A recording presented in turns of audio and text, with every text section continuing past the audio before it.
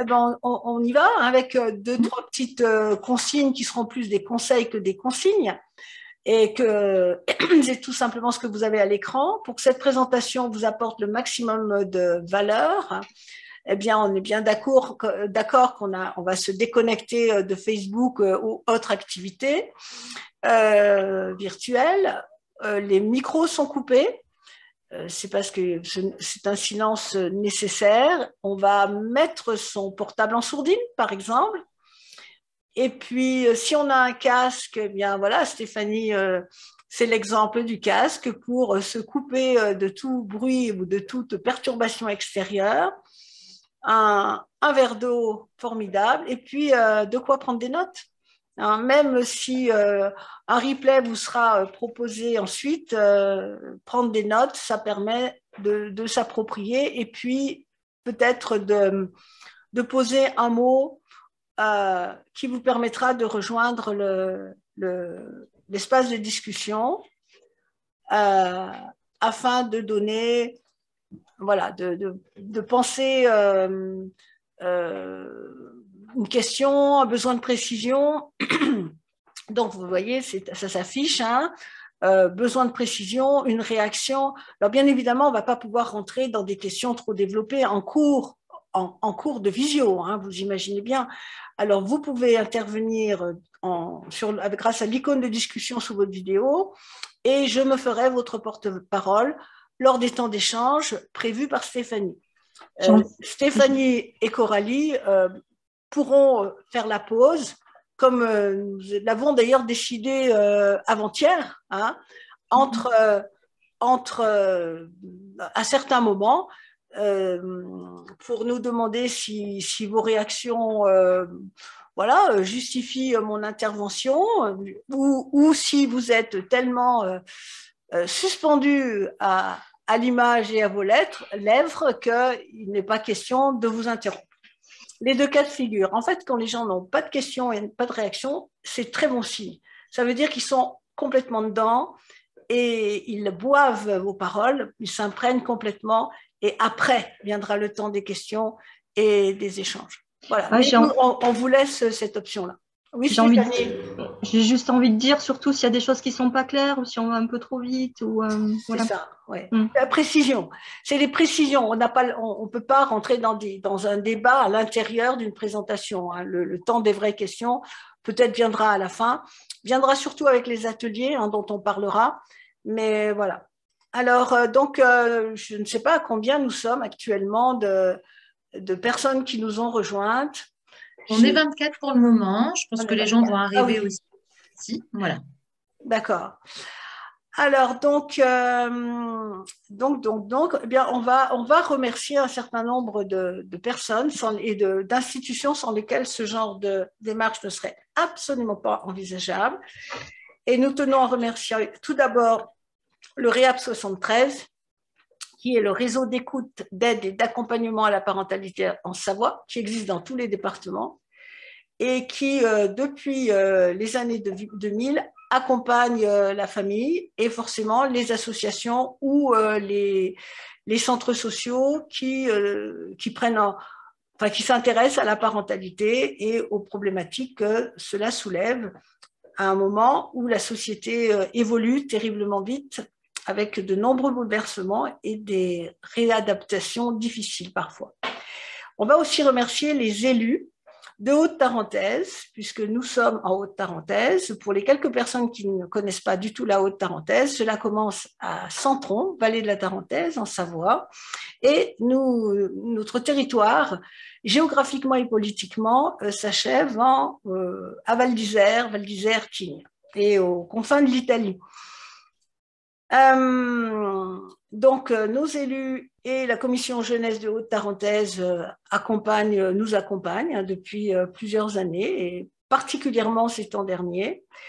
Le conseil départemental aussi fait partie des gens que l'on voit, que l'on aperçoit régulièrement, qui nous apportent aussi des informations.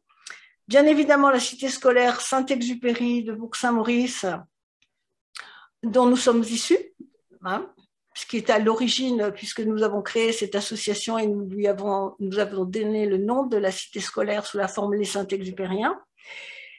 Et puis les fédérations FCPE et PEP, qui nous font confiance depuis le début et qui nous soutiennent moralement et puis financièrement.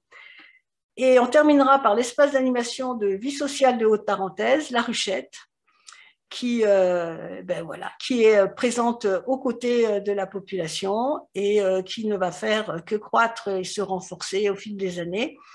L'EVS de Haute-Tarentaise étant tout jeune et nous appuyons aussi sur La Ruchette où on viendra s'abriter pour proposer les ateliers. On continue avec combien de personnes là actuellement? Nous sommes à 25. Ah, on ne va pas faire l'appel, mais quand même. Bon. Bref. Alors, on va quand même. Je continue avec notre histoire avec Thomas Gordon. Pour ma part, j'ai rencontré Thomas Gordon en 1987 et je suis retournée vers ce bouquin que voici. Voilà. Gordon. Ne bouge pas, Marianne. Voilà, super. Voilà, Parents efficaces de Gordon. Je suis retournée vers ce bouquin à de multiples reprises au cours de ma vie. D'abord en tant que maman, puis lorsqu'on a des difficultés quelconques, ça peut passer par des difficultés de couple, de relations, de vie professionnelle, où on ne se sent pas bien dans telle ou telle relation, où on n'est pas sûr d'avoir répondu ou d'avoir agi comme il le fallait, ou de se positionner de la bonne façon. Mais effectivement, vous vous rendrez compte au cours de cette soirée, et qui plus est si vous suivez les ateliers, qu'il y a moyen de transposer. Et commencer à y penser déjà lors de cette soirée. Donc, j'ai découvert fortuitement et avec bonheur en 2019 l'existence des ateliers Gordon et de formateurs Gordon en Savoie. Et j'ai pris date. J'ai pris rendez-vous, sauf que le Covid est arrivé et bien évidemment, ce n'est que 2 ans plus tard qu'on se retrouve autour de Gordon. Et donc, Coralie, ma coprésidente ici présente, ne connaissait pas Gordon et je crois bien que cette rencontre aura été aussi déterminante que pour moi-même. Tout à fait. D'ailleurs, je vais te demander de me prêter ton livre dans pas longtemps. Voilà. Alors, je continue à vous dire 2-3 petites choses avant de laisser la parole à ces 2 jeunes dames. Nous sommes une petite équipe, donc à avoir pas mal travaillé à la réussite de cette soirée et pour vous permettre la meilleure appropriation de cette approche Gordon. Alors, Geoffrey Gillet à la technique en tant que professionnel. Il nous aide à avancer dans cette pratique de la visio dans tous ses états et dans toutes ses dimensions. Nouvelle approche de notre association qui remonte à l'année dernière et dont on comprend tout l'intérêt. Donc, aux côtés de Geoffrey Gillet, ce soir, Christian Racine à la technique en tant que bénévole en formation, qui va bientôt voler de ses propres ailes. Coralie Clavier, pour donner le change à Stéphanie Pouèche et moi-même, qui vous parle. À la suite de cette visioconférence, il y aura des ateliers en 2 séances à Bourg-Saint-Maurice, le 9 avril et le 22 mai, et qui vont permettre aux participants de s'approprier cette approche de la communication qui est un véritable système de protection et de relation à soi-même. Et nous adresserons le lien de connexion aux ateliers, bien sûr, très, très rapidement. Voilà. Que vous dire encore? Que vous pouvez nous trouver jour et nuit depuis les 4 coins de Haute-Tarentaise et du monde, puisque théoriquement, outre Alex de Nouvelle-Zélande, nous avons Sarabjit d'Inde qui doit nous retrouver aussi ce soir. Et puisque nous avons un site, en fait des pages web qui constituent un site en fait, et je vous le dis rapidement, https://lessaintexuperiens.fr webnode.fr. Voilà. Donc, je vois Geoffrey qui le tape. T'actives la machine.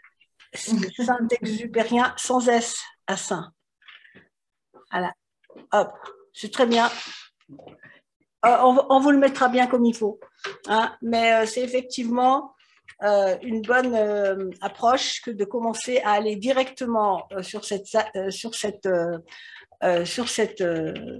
page web qui va vous ouvrir plusieurs possibilités et peut-être limiter les mails puisque nous faisons attention à ne pas trop en envoyer.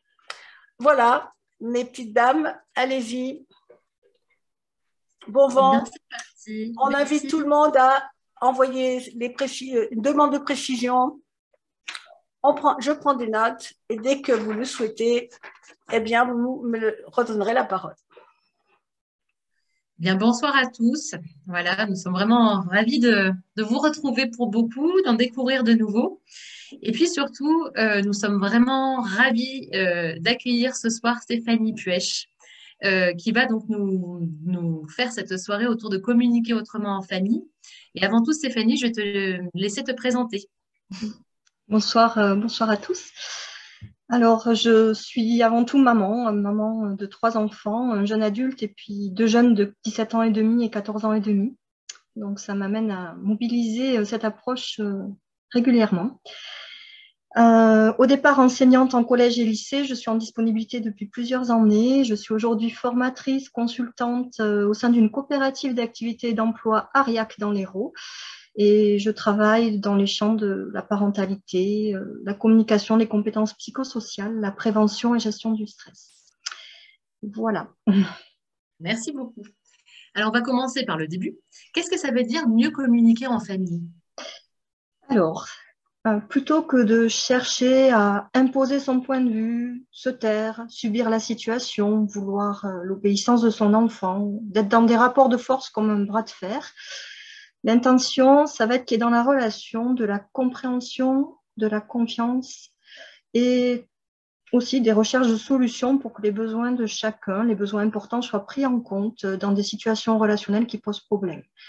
Ce qui fait la compréhension, c'est à la fois entendre et tenir compte du point de vue de l'autre, mais aussi pouvoir donner son point de vue et être entendu. Et puis, ce qui va favoriser la confiance, entre autres, chez Gordon, c'est d'enlever ce qu'on appelle les barrages de la communication. Alors, les barrages de la communication, il en a identifié 12. Je vais juste vous en citer quelques-uns là maintenant, mais pas les 12. Donc, ça peut être donner des ordres, commander, moraliser, vouloir persuader par la logique quand l'autre est confronté à un problème, par exemple. Ça, c'est un blocage de la communication. Humilier, dévaloriser. Voilà, et puis il y en a d'autres. Et donc, nous allons parler de ces fameux ateliers Gordon pour lesquels vous êtes formatrice. Est-ce que tu peux nous en dire un peu plus? Alors, c'est une association nationale de loi 1901 d'intérêt général qui a été créée en 2013 en France. Son but, c'est de mettre l'approche Gordon au service du plus grand nombre, transmettre des outils de communication interpersonnelle, des outils de compétences émotionnelles, relationnelles et sociales pour mieux vivre ensemble. Cette association bénéficie des licences Gordon France, parents, professionnels de l'enfance, enseignants, jeunes, grâce à Exploit, qui est une SARL propriétaire de toutes les licences Gordon en France, dont Nathalie Reynard et Paul Herlot sont les gestionnaires. Très bien. Donc, comme tu le disais, comme le disait Marianne tout à l'heure, ça ne s'adresse pas qu'aux familles. Pas du tout. Voilà, les outils se transposent à l'entreprise aussi. Très bien. Eh bien, nous allons voir qui est Thomas Gordon, ou qui était Thomas Gordon.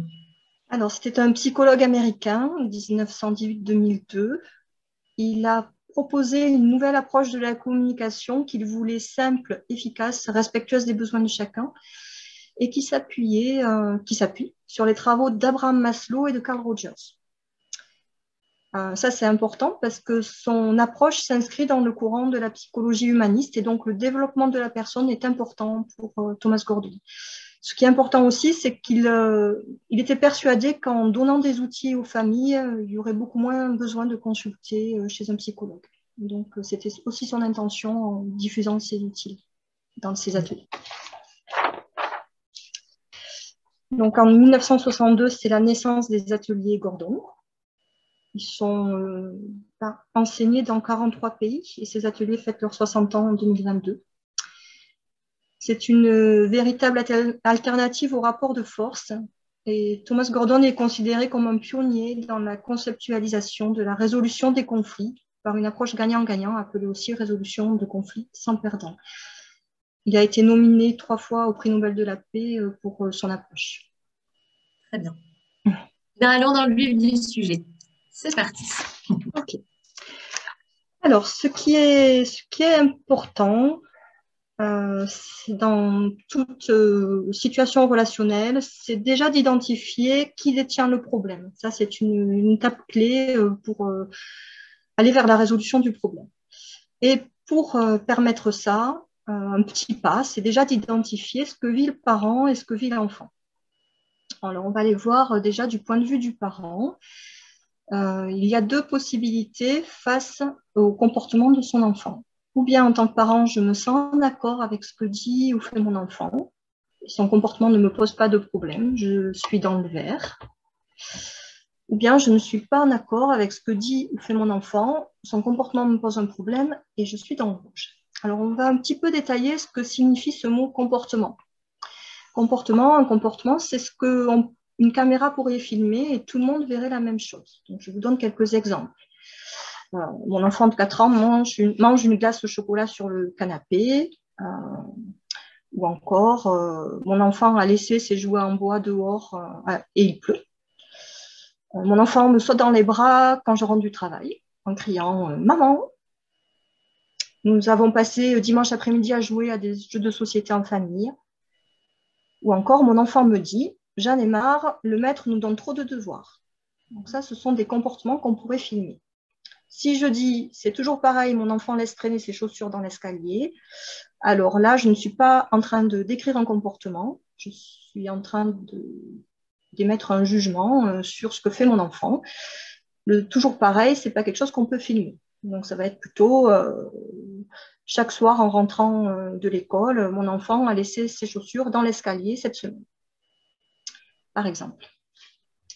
Et donc face à chacun de ces comportements, on peut être dans le vert ou on peut être dans le rouge. Et d'ailleurs, si nous sommes 2 parents côte à côte, Coralie, peut-être toi tu serais dans le vert dans certaines situations et moi dans le rouge et vice-versa. Et du point de vue de l'enfant, il y a aussi 2 possibilités. Soit, en tant qu'enfant, je suis en accord avec ce que dit ou fait mon parent. Son comportement ne me pose aucun problème. Et dans ce cas-là, je suis dans le vert. Soit, je ne suis pas en accord avec ce que dit ou fait mon parent. Son comportement me pose un problème. Et alors, je suis dans le rouge. Et je vous donne quelques exemples de comportements là aussi. Par exemple, mon parent me sollicite pour ranger la table après le goûter. Ou encore, nous avons échangé lors du repas au sujet du réchauffement climatique. Mon parent me donne des conseils sur la façon dont je pourrais gérer mes devoirs. Mon parent n'a pas fait de machine ce week-end. Je n'ai pas de jogging propre pour le sport demain au collège.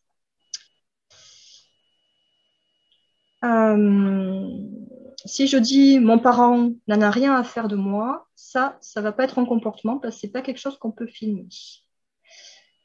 Ce serait plutôt quelque chose comme j'ai demandé 4 fois à mon parent cette semaine de m'acheter un cahier de brouillon. On est samedi et il ne l'a pas fait. Là, voilà, je transforme un jugement en comportement. Très bien. Merci pour les exemples. Je pense que ça parle à bon nombre d'entre nous.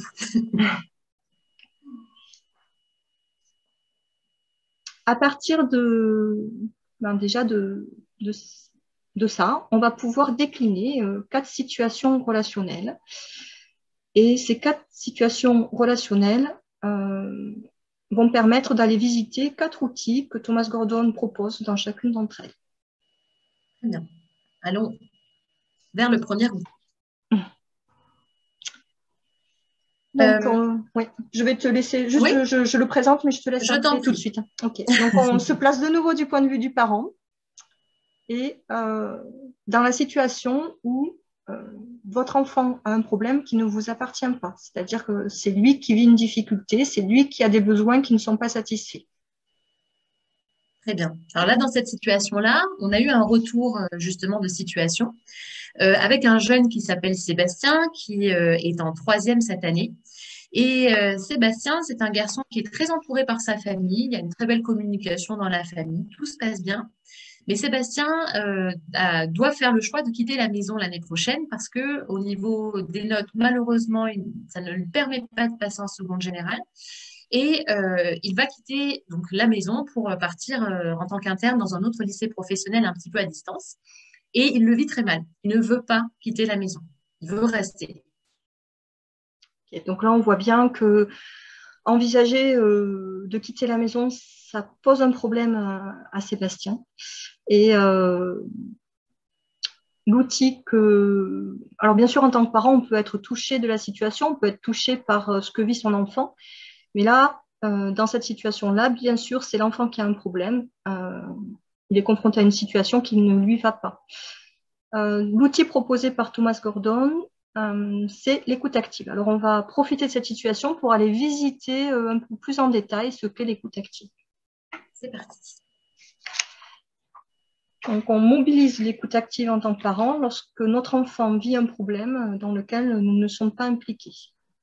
Comme Sébastien dans cette situation-là, mais ça peut être aussi parce que l'enfant est triste à cause de ses copains ou alors agacé à cause de son travail, enfin, tout un tas de situations qu'on peut rencontrer au quotidien. L'écoute active, ça va être plus que le silence. Il y a cette idée dans l'écoute active qu'on va se centrer sur l'enfant, écouter avec attention, en accueillant vraiment ce qu'il dit, ce qu'il ressent, et sans chercher immédiatement à donner des solutions. Pour la majorité des parents, c'est une réponse nouvelle et inhabituelle. Et comme tout apprentissage, ça demande du temps, des essais, des erreurs, des retours d'expérience. Alors, les objectifs de l'écoute active, ça va être de refléter la communication verbale et non verbale de l'enfant. C'est-à-dire que si je vois qu'il a les sourcils froncés ou qu'il a le regard ailleurs, je peux le mettre en mots, je peux le nommer, je peux le dire. Ce qui est important, c'est dans ma posture en tant que parent, de me mettre dans une posture d'acceptation de ce que dit l'enfant. Je ne vais pas dire oui, mais je tais ma radio mentale. Je vais la baisser, ma radio mentale. De me mettre en empathie, en authenticité. Et je me centre sur mon enfant. Et je vais chercher à comprendre ce que vit mon enfant, de la place de mon enfant. C'est un peu comme si on était chacun sur une colline. Et pour voir le paysage depuis le regard de l'enfant, ben, je descends de ma colline et je vais sur la colline de mon enfant un petit temps pour voir la façon dont il voit la situation à côté de lui, de son point de vue à lui. Et puis, bien sûr, après, je reviens sur ma colline. Alors, ce qui va permettre ça, c'est à la fois des temps de silence, bien sûr, pour laisser la place à l'enfant, pour qu'il puisse dire, pour qu'il puisse dérouler ce qu'il vit, des accusés de réception qui indiquent aussi ma présence à l'autre, des invitations à poursuivre, et des temps aussi d'écoute active où je reformule ce qu'il vient de me dire avec mes propres mots. Ça va permettre à la fois qu'il se sente compris, entendu, et ça va permettre aussi de venir réguler le stress. Je reflète aussi ce qu'il ressent, c'est-à-dire que je tâtonne. Tu te sens triste peut-être, ou tu te sens vraiment en colère peut-être de cette situation. Et cette reformulation, à la fois de ce qu'il dit, à la fois ce reflet de ce qu'il peut ressentir, ça vient apaiser le stress, ça permet à l'enfant de se sentir compris, entendu, et en même temps, ça va permettre ensuite de pouvoir l'accompagner à trouver des solutions par lui-même, parce que l'autonomie, c'est vraiment un point important chez Thomas Gordon. Voilà pour ça. Très bien. Eh bien, si nous nous mettons en scène. Allez, c'est parti. C'est parti. Alors, on va imaginer que je suis Sébastien et Stéphanie est ma mère. Très bien. Alors, vous allez voir, on l'a fait, c'est un exemple pédagogique bien sûr que parfois, ça peut prendre plus de temps que ce qu'on va faire là. Ça nécessite parfois de revenir et de reparler plusieurs fois avant d'aboutir à la résolution du problème. Et puis, tout n'est pas non plus résoluble, mais quand même, un certain nombre de situations sont résolubles. Allez, on y va. Sébastien, si j'ai l'impression que l'idée de quitter le territoire, ça ne te plaît pas du tout. Non, je veux rester ici. Je veux rester à la maison. Ouais, c'est vraiment important pour toi de rester à la maison. Ben oui, je suis bien ici. Tu apprécies de retrouver la maison tous les soirs après, Oui, après les cours. oui, c'est important et j'ai du mal à m'imaginer Mm. partir comme ça. Mm. Il y a des gens au collège en plus qui m'embêtent des fois. C'est pas Mm. souvent, mais des fois, ils me font des réflexions encore. Ouais. Ça t'arrive qu'on t'adresse encore des remarques désagréables et tu n'aimes pas ça, quoi. Alors, je déteste ça. Ça me rappelle de mauvais souvenirs. Et au moins, à la maison, ben, je me sens tranquille. Ouais, tu peux te poser tranquillement, sereinement. Oui, c'est ça. Et puis, il y a tous mes amis ici. Tu les apprécies beaucoup. Vous passez Et souvent du temps ensemble. on rigole bien ensemble, c'est vrai. On pourrait prendre un temps ensemble pour réfléchir à comment ça pourrait bien se passer pour toi, peut-être, ce départ. Oui, oui, oui. C'est vrai que ce serait bien d'y réfléchir. Puis, peut-être que le lycée pro, un lycée pro pas très loin, ça pourrait m'aller. Je pourrais prendre la navette tous les vendredis pour rentrer à la maison, mais si j'ai pas le moral, tu pourras venir me chercher. On pourrait en parler de tout ça. Ok. Donc, il y a vraiment cette idée dans l'écoute active que une fois que l'autre s'est senti écouté, ou bien des solutions émergent par elles-mêmes, ou bien on va inviter la personne à résoudre son problème, réfléchir à comment elle pourrait s'y prendre pour s'occuper de ses besoins. Okay. Cette écoute des besoins, c'est vraiment au cœur de l'approche Gordon. Et j'avais envie de mettre un petit complément par rapport à ça. Très souvent, la plupart du temps, nos comportements sont des réponses à nos besoins. Et ne pas tenir compte des besoins au sein de la famille, ça peut entraîner des réactions émotionnelles fortes, de la colère, de la tristesse, de l'angoisse, qui peuvent se traduire par de l'agressivité, des problèmes d'apprentissage, de la fatigue, de la somatisation, la liste est longue, bien sûr. Et la relation s'en trouve souvent détériorée. C'est pas toujours facile, c'est même difficile d'être à l'écoute des besoins véritables de nos enfants et pour les enfants des parents. Et c'est parfois même difficile d'identifier ses propres besoins. C'est aussi difficile de les exprimer. Donc tout ça, ce sont des compétences qu'on appelle des compétences psychosociales qu'il est possible d'acquérir, de renforcer.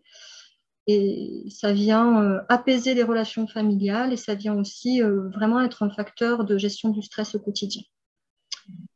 Ce qu'on peut transmettre à nos enfants, c'est que même sous stress, nous gardons une marge de manœuvre au niveau de nos comportements.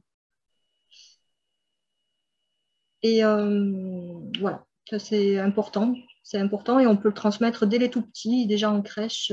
Bien sûr, ça ne veut pas dire qu'il ne va pas y avoir d'erreur, mais c'est de garder cette idée en tête qu'on a plus de ressources que ce que parfois on croit en étant en situation de stress. Voilà. Malgré le stress qui peut être difficile de temps en temps, c'est vrai. On pourrait peut-être demander avant d'aller Oui, poursuivre s'il y a des questions. tout à fait. Marie-Annick. Vous pouvez les exprimer dans le chat et Marie-Annick reprendra les situations si vous avez des questions.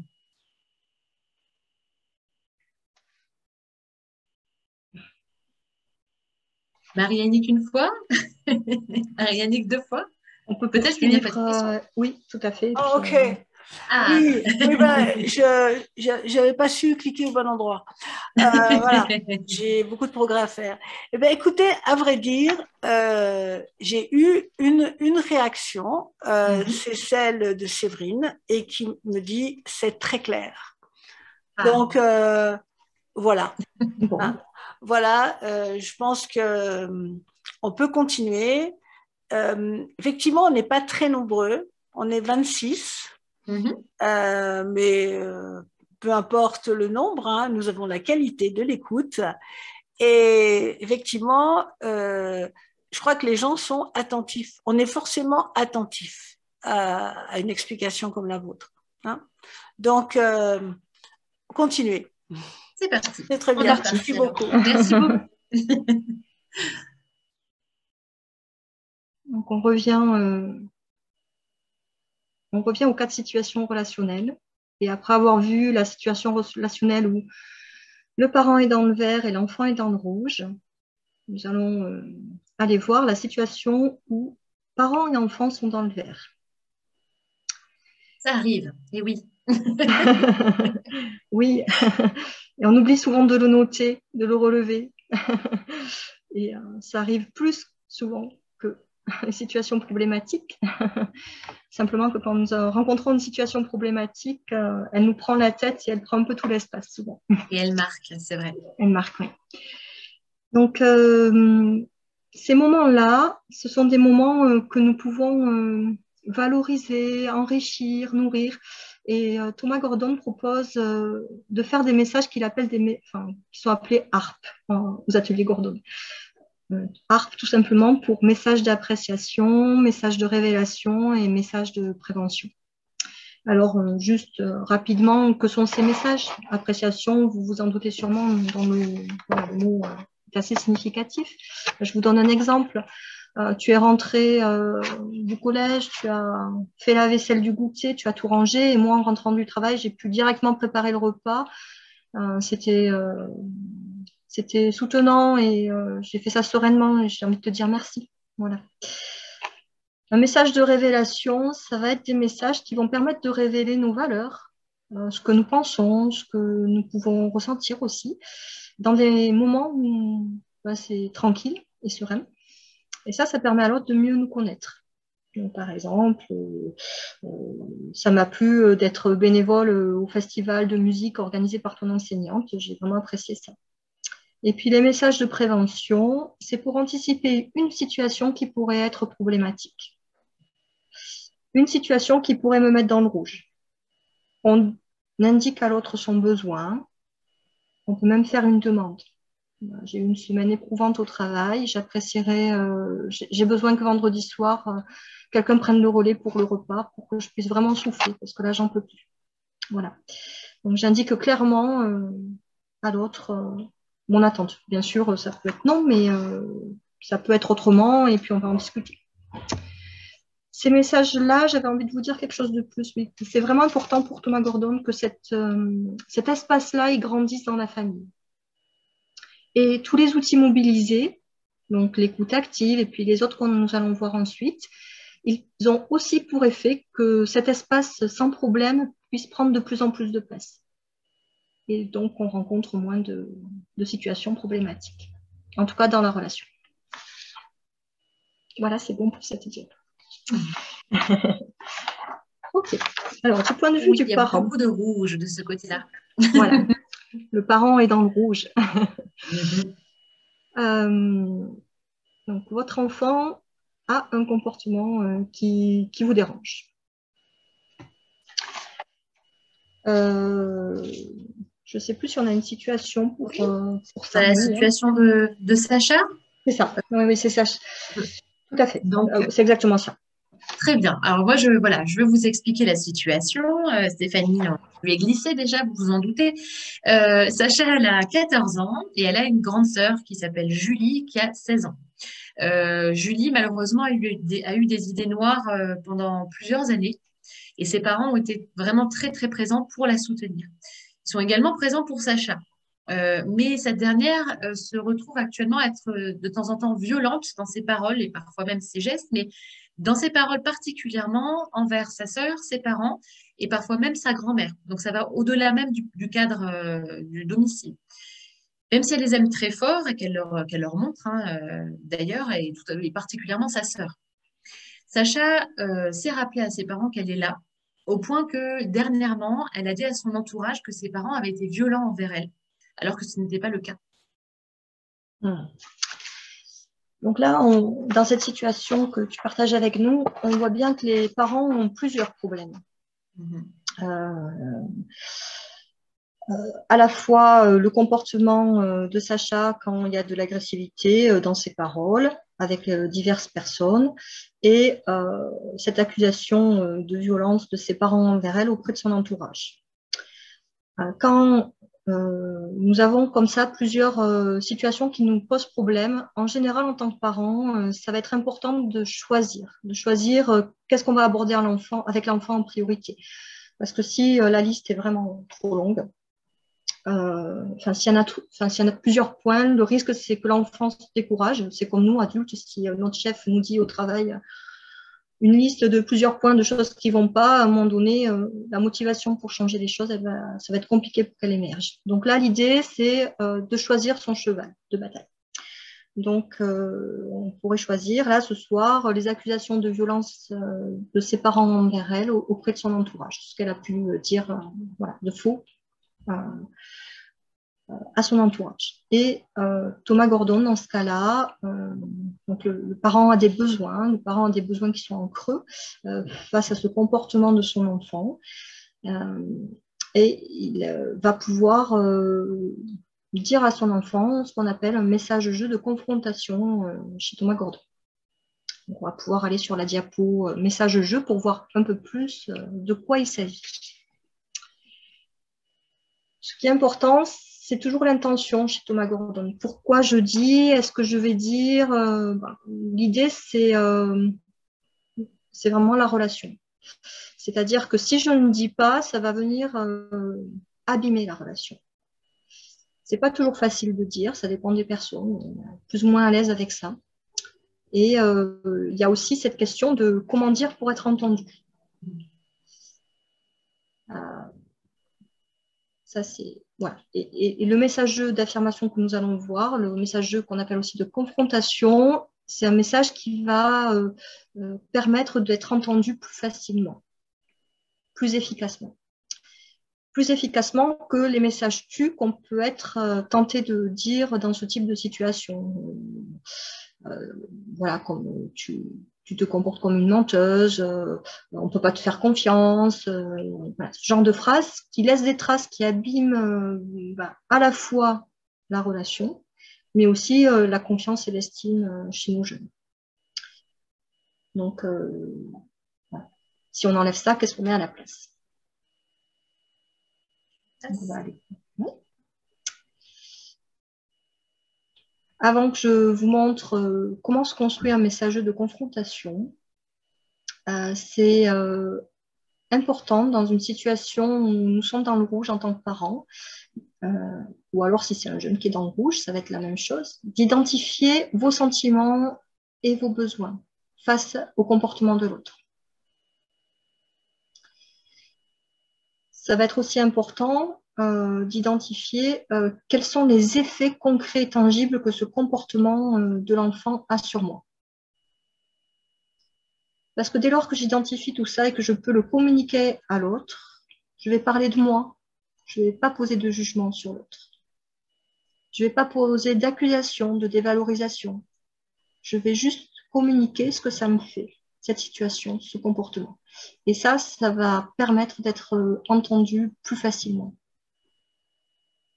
Ce n'est pas simple au départ et ça s'apprend. Alors, un gros tableau avec beaucoup de choses pour ce message d'affirmation.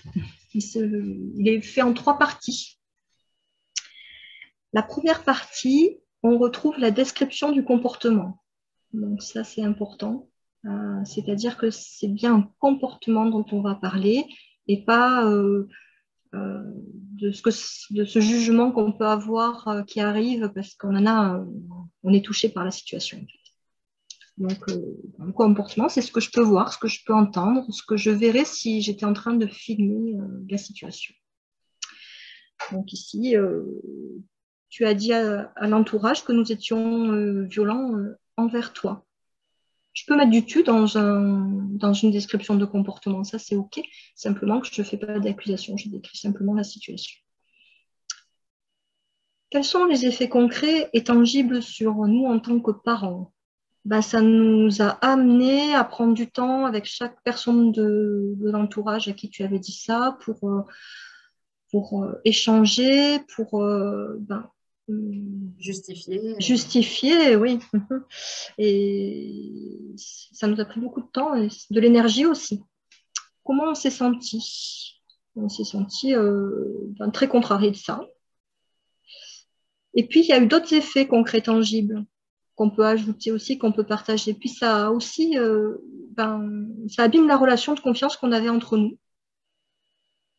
Et ça nous rend triste.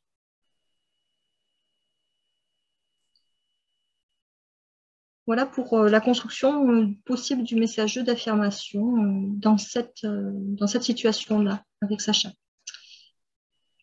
Alors, très souvent, ce qui n'est pas facile au départ quand voilà, on met de l'énergie en tant que parent pour faire un message d'affirmation, c'est qu'on était dans une situation où nous, en tant que parents, nous étions dans le rouge et l'enfant dans le vert.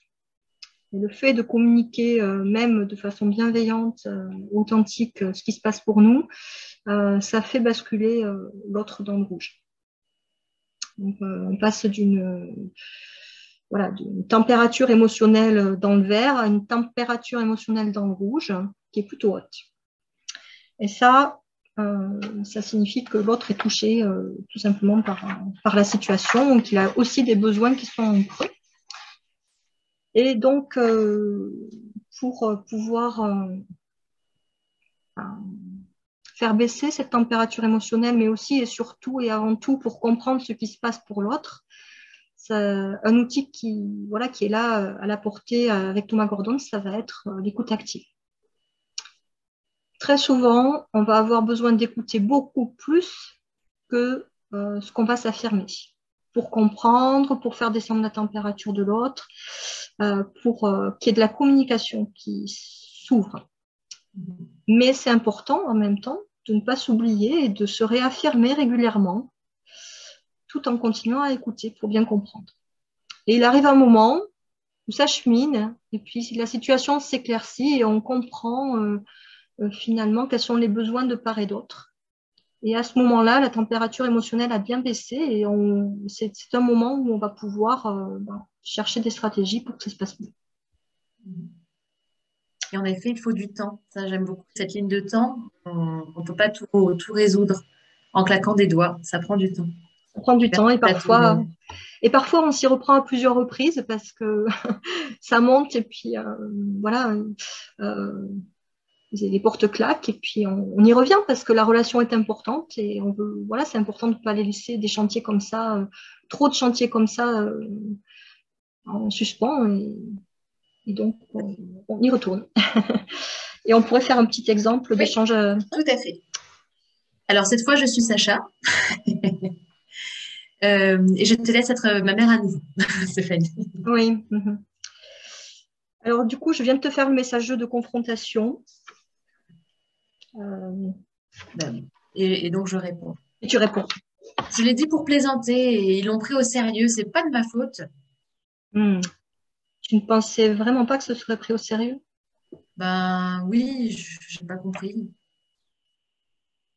En fait, tu as été prise au dépourvu par ce qui s'est passé. Ben oui, je voulais pas que ça dérape comme ça. Tu es ennuyée par la tournure de la situation, la façon dont ça a évolué. Oui, tout à fait.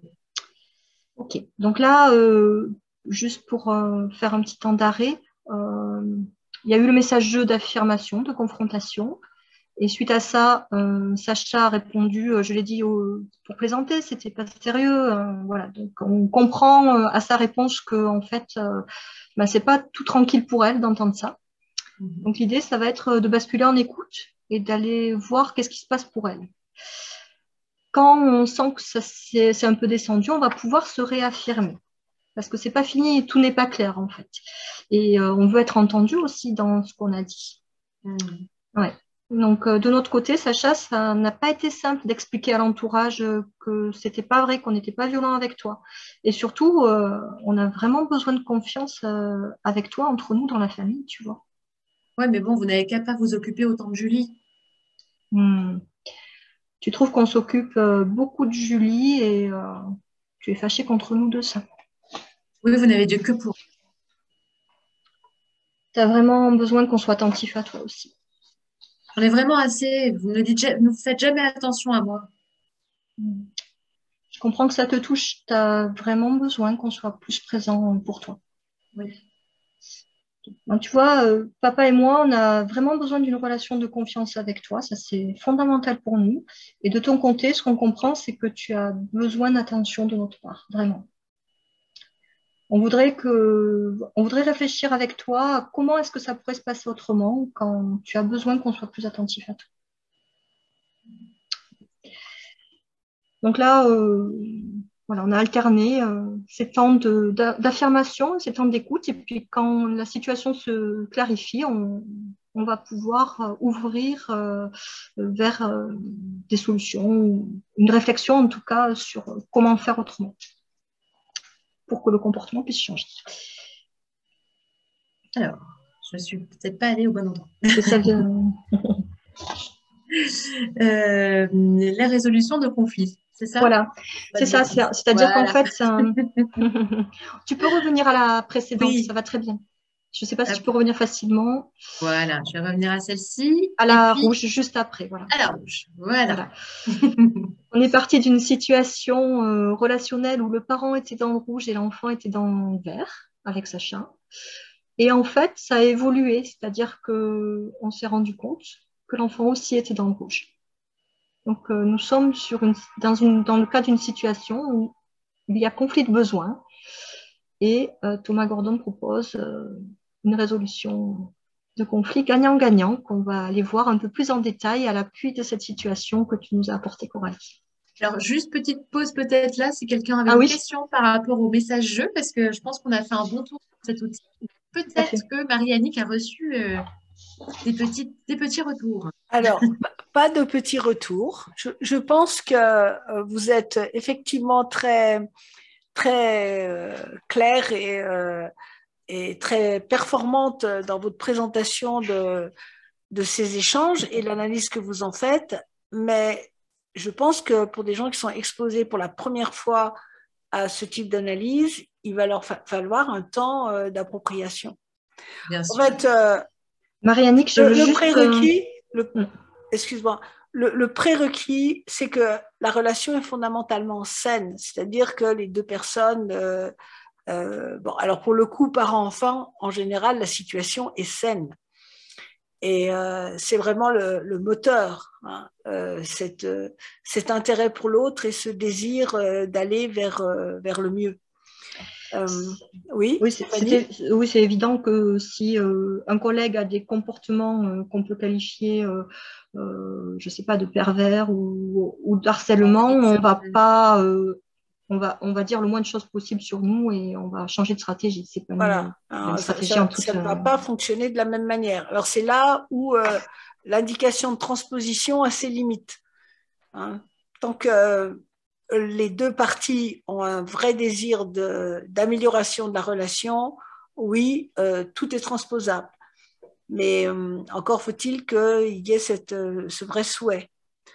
Voilà. Moi, ce que j'ai beaucoup apprécié, c'est quand vous avez noté faire grandir l'espace d'appréciation, de révélation, de prévention. Je dirais l'espace d'appréciation, c'est ce qui parle le plus. Et c'est aussi dire ce qui est bien, ce qui apporte l'un à l'autre dans une relation. Trop souvent, c'est passé sous silence. C'est aussi issu d'une certaine approche éducative où il ne fallait pas trop complimenter, où ce qui était bien était de l'ordre de l'évidence. Faire plaisir n'était jamais vraiment marqué, mais c'était plutôt de l'ordre du devoir, etc. Et ça, je trouve que c'est vraiment très, très important, justement parce que ça apporte un terreau riche à la vie familiale que de savoir reconnaître ce qui est bien chez l'autre et ses efforts. Oui, puis ce besoin d'appréciation en lien avec le besoin de reconnaissance, ça fait partie des besoins psychosociaux vraiment fondamentaux. Et en prendre compte, c'est à la fois de la prévention aux relations de dépendance, c'est de la prévention à la violence, à la somatisation, mais c'est aussi un fort facteur de motivation personnelle. Pour que la motivation personnelle puisse émerger, Nous avons besoin, tous, nous sommes des humains, voilà, nous avons besoin d'appréciation, de reconnaissance. Et bien, on va repartir alors sur notre troisième outil. Alors, notre troisième outil. C'est le quatrième. Le quatrième, pardon. J'en ai oublié. En fait, appréciation, révélation, c'était le deuxième, donc c'est pour ça. L'objectif de la résolution de conflits sans perdant, c'est qu'on arrive à trouver des stratégies pour résoudre le conflit sans que personne ne souffre. Donc, ce qui est important dans les conflits, c'est la façon dont on va les aborder. Très souvent, dans notre boîte à outils de parents, nous avons deux options pour résoudre les conflits. Ou bien nous sommes autoritaires, et on peut dire que le parent gagne et l'enfant perd.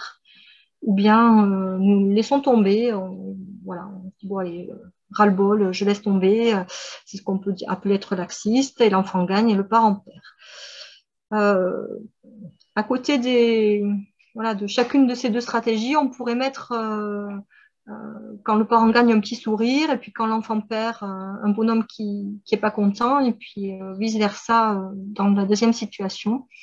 Mais au final, si on prend le temps de réfléchir aux situations de notre vie de famille, quand, en tant que parents, nous imposons quelque chose en tapant sur la table, est-ce qu'on est vraiment avec la banane en train de sourire? C'est pas si sûr. Et quand c'est notre enfant qui a ce qu'il veut, mais que nous, c'est vraiment pas franchement confortable et on a lâché le truc, l'enfant, il est pas tellement, voilà, le sourire il retombe un peu. Hein. Donc c'est pas très joyeux. Voilà. Donc du point de vue de la relation, personne n'est vraiment satisfait finalement. L'idée de la résolution de conflits sans perdant, c'est qu'il y ait de la joie à la fin. C'est-à-dire qu'on est vraiment satisfait de part et d'autre de ce qui a été, de ce qui a émergé. Donc, il a partagé un processus pédagogique en 6 étapes qui permet à la fois de se faire respecter dans ses besoins tout en respectant les besoins de l'enfant. Cet outil permet de trouver une ou plusieurs solutions qui répondent à la fois aux besoins du parent et de l'enfant. Et ça va venir renforcer la relation parent-enfant. Ce qui peut paraître un peu surprenant parce que quand on entend conflit, on a plutôt l'impression que ça clash et que ça se termine forcément mal. Et en fait, avec l'approche Gordon, on peut en venir à apprécier le conflit. Il y a communication, donc finalement, on gagne quelque part. C'est vrai. Oui, puis ça retisse du lien, c'est-à-dire que quand on rencontre une difficulté et que on dépasse cette première étape d'affrontement pour aller se comprendre et réfléchir ensemble à comment est-ce qu'on pourrait faire. Ça signifie que le parent, il voit que l'enfant fait attention. Nous, en tant que parents, nous voyons que l'enfant fait attention à nous. Il cherche aussi des solutions qui vont pouvoir marcher avec ce que... Voilà, et puis l'enfant, de son côté, voit que son parent prend le temps de chercher comment faire pour que ses besoins soient entendus. Donc oui, ça tisse du lien. Alors, la première étape, la plus importante. Déjà, ça va être d'identifier et de bien définir le conflit. Et pour ça, on utilise le changement de position que nous avons vu tout à l'heure, entre l'alternance entre message d'affirmation et temps d'écoute. Ce qui est important dans cette résolution de conflit de besoin, c'est vraiment de poser le cadre pour éviter le jugement à l'égard de l'autre. Et ce changement de position, il permet ça. Et il permet aussi de clarifier ce qui se passe pour l'un et pour l'autre. Autrement dit, on va pouvoir saisir quels sont les besoins de part et d'autre. Et c'est fondamental de prendre tout le temps nécessaire pour bien saisir ça.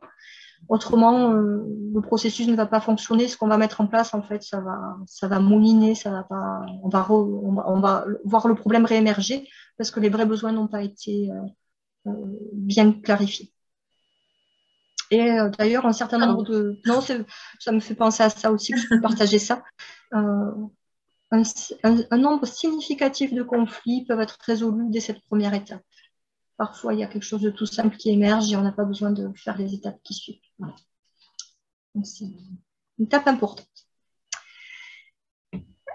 Une deuxième étape va consister à énumérer toutes les options possibles. Plutôt que solution, on pourrait mettre même option, c'est-à-dire que tout ce qui nous passe par la tête, on va pouvoir le lister. C'est une étape qui est créative. On va vraiment brainstormer. Et en posant comme cadre qu'il n'y a pas de jugement ou d'évaluation. Tout peut arriver, même les idées les plus farfelues. Pas de souci. C'est pas parce qu'on cite une option qu'on va devoir la choisir. Parce que parfois, rien que d'entendre une solution, ça nous énerve. Voilà, c'est important de respirer, de prendre du recul et de se dire que non, on est juste en train de brainstormer. Et ça, c'est vraiment important parce que dans le processus, c'est le fait que ça a été très créatif et qu'on ait vu beaucoup de pistes qui va permettre dans un deuxième temps, dans un troisième temps plutôt, d'évaluer ce qu'on a listé, de se dire est-ce que ça répond bien à mon besoin, est-ce que ça, c'est pas compliqué pour moi, non, ça, je veux pas, et d'aller prendre un petit bout parfois d'une solution qu'on avait mise au départ, avec un petit bout d'une solution au milieu, et puis on tricote tout ça. Voilà. Eh bien, on va peut-être énumérer des solutions possibles dans le cas de Sacha. Alors peut-être que tu pourrais nous redire la situation de Sacha pour qu'on l'ait bien en tête. Tout à fait. Donc Sacha, 14 ans, a une grande sœur qui a 16 ans qui s'appelle Julie, qui a malheureusement eu des idées noires pendant plusieurs années et dont les parents se sont beaucoup occupés. Les parents s'occupent toujours de Sacha, mais c'est vrai que Sacha, ces derniers temps, est devenu très violent dans ses paroles envers ses proches, famille proche plutôt quand même, parents, sœurs et grand-mère. Et même si elle s'est montrée qu'elle les aime très fort, et en particulier sa sœur, Sacha s'est rappelé à ses parents qu'elle est là. Et notamment, dernièrement, elle a dit à son entourage que ses parents avaient été violents envers elle, alors que ce n'était pas le cas. Voilà. Et on l'a vu tout à l'heure dans la situation que nous avions développée, qu'elle ne pensait pas vraiment peut-être faire mal comme ça. Elle pensait qu'il y avait une plaisanterie derrière, mais elle s'est rendue compte que ça avait dérapé. Et puis, elle a révélé à la fin qu'en effet, il y avait une forme de jalousie envers Julie qui était très présente. Oui, c'est-à-dire que la jalousie, ça parle de peur, et notamment la peur de ne pas être aimé. Du coup, avec l'approche Gordon, on va s'intéresser à ce qu'on a pu identifier, c'est-à-dire son besoin d'attention. Elle a besoin d'attention, elle aussi. Et peut-être que ses parents lui donnent de l'attention, et même sûrement ils lui en donnent. C'est juste que peut-être elle ne le voit pas. Ou peut-être qu'il y a besoin d'un peu plus. Et donc, cette résolution de conflit qui est aussi à la fois pour permettre de prendre soin de son besoin d'attention de la part de ses parents envers elle, mais aussi de ses parents qui ont besoin que quand elle a besoin d'attention, elle ne l'exprime pas par des comportements comme celui de mentir à son entourage, par exemple. Et donc, l'idée, ça va être comment est-ce qu'on peut s'occuper de ça ensemble. Donc, on dit en général qu'il y a au moins autant de solutions que l'âge de l'enfant, et s'il y a plusieurs enfants, on additionne l'âge des enfants. Donc, ce n'est pas les solutions, c'est plutôt les options avant de choisir quelle solution on va garder. Donc là, avec Coralie, nous avons listé des options possibles. Il y en a bien d'autres, peut-être vous y pensez déjà. Voilà. Et on va vous montrer donc un exemple d'option qui pourrait être formulée en famille. Alors, vous pourriez arrêter d'amener ma sœur chez des professionnels et elle pourrait y aller en bus. Avec papa, nous avons pensé que nous pourrions manger une fois par mois juste avec toi en ville. Vous voyez, tu pourrais m'amener, toi ou papa, à l'équitation en voiture de temps en temps. On s'est dit qu'on pourrait prendre un temps après le repas pour discuter de ta journée. J'aimerais bien que maman me prépare mon gâteau préféré pour mes goûters de la semaine. J'aimerais bien que vous ne me grondiez pas quand j'ai une mauvaise note, parce que vous grondez pas Julie. On s'est dit que on pourrait retourner skier le week-end tous les quatre. Vous pourriez me donner de l'argent pour que je fasse les soldes avec mes copines. Eh ben, on s'est dit que quand ça dérape, quand ça va trop loin dans les mots qu'on se dit, ce serait important de prendre un temps pour discuter et réparer. Par exemple, faire une attention pour l'autre. J'aimerais bien ne pas participer à chaque fois aux tâches ménagères, comme Julie.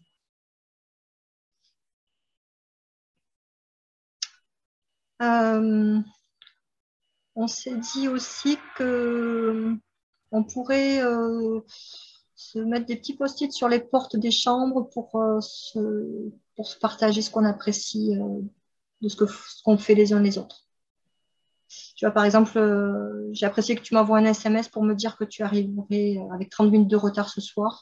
Ben ça, voilà, je pourrais prendre le temps de te le dire que j'ai apprécié ça.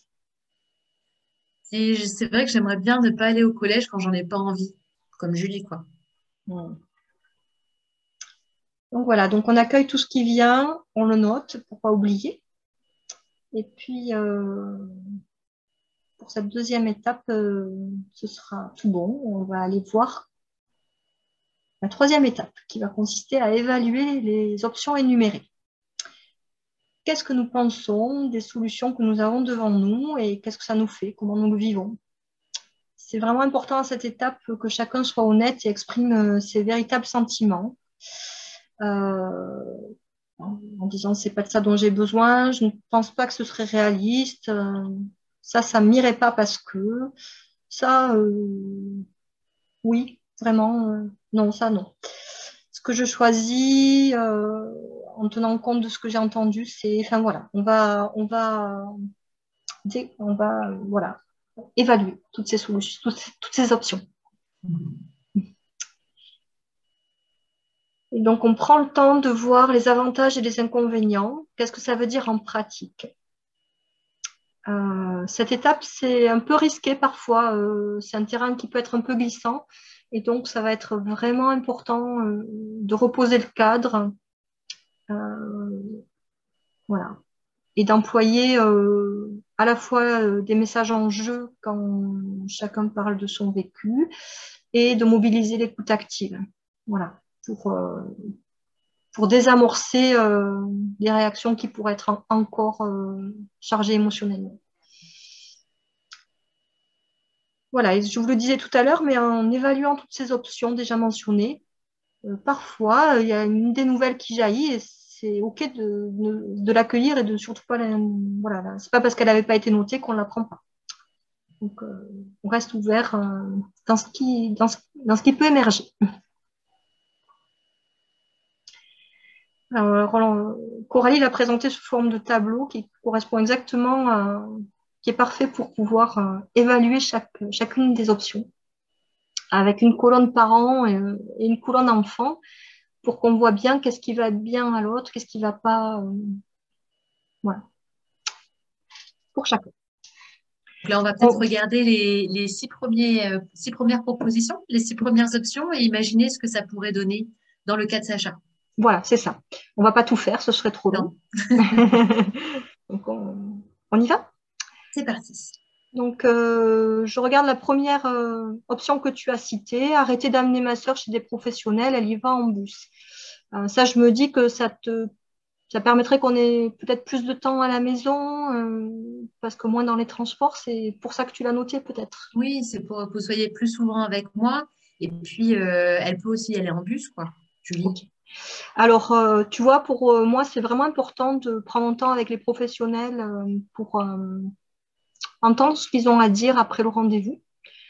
Donc, bon, s'il y avait vraiment besoin, si on ne trouve pas de solution, on pourra revenir à celle-là et on pourra imaginer que parfois elle y va en bus et qu'on la rejoint après. Mais peut-être qu'on va trouver voilà, d'autres choses qui nous conviennent mieux.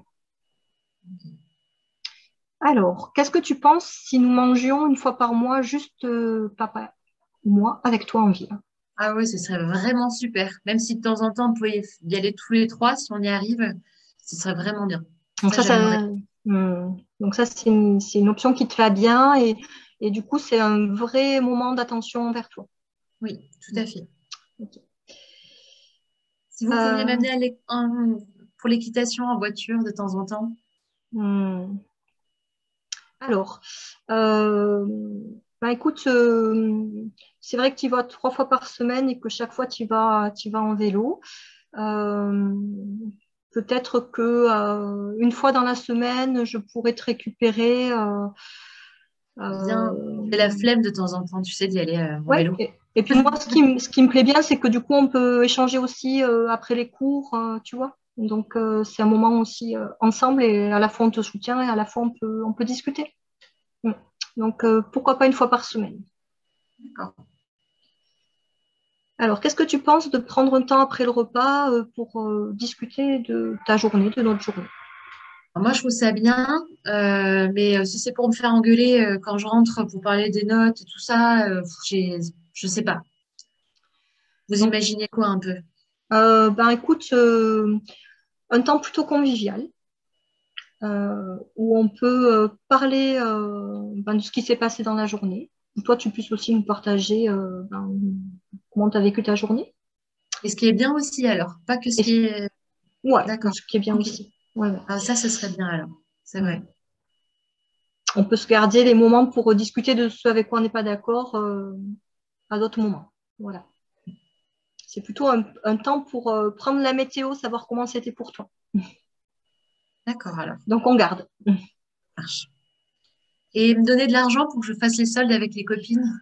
Ben écoute, je vois pas enfin, ça c'est autre chose. Pour nous, pour moi, ça répond pas à la situation qu'on est voilà, on est en train de parler d'une situation et ça correspond pas à la situation voilà, de laquelle on parle. Qu'est-ce que tu en penses? Non, c'est vrai. Moi, j'essaye. Ok.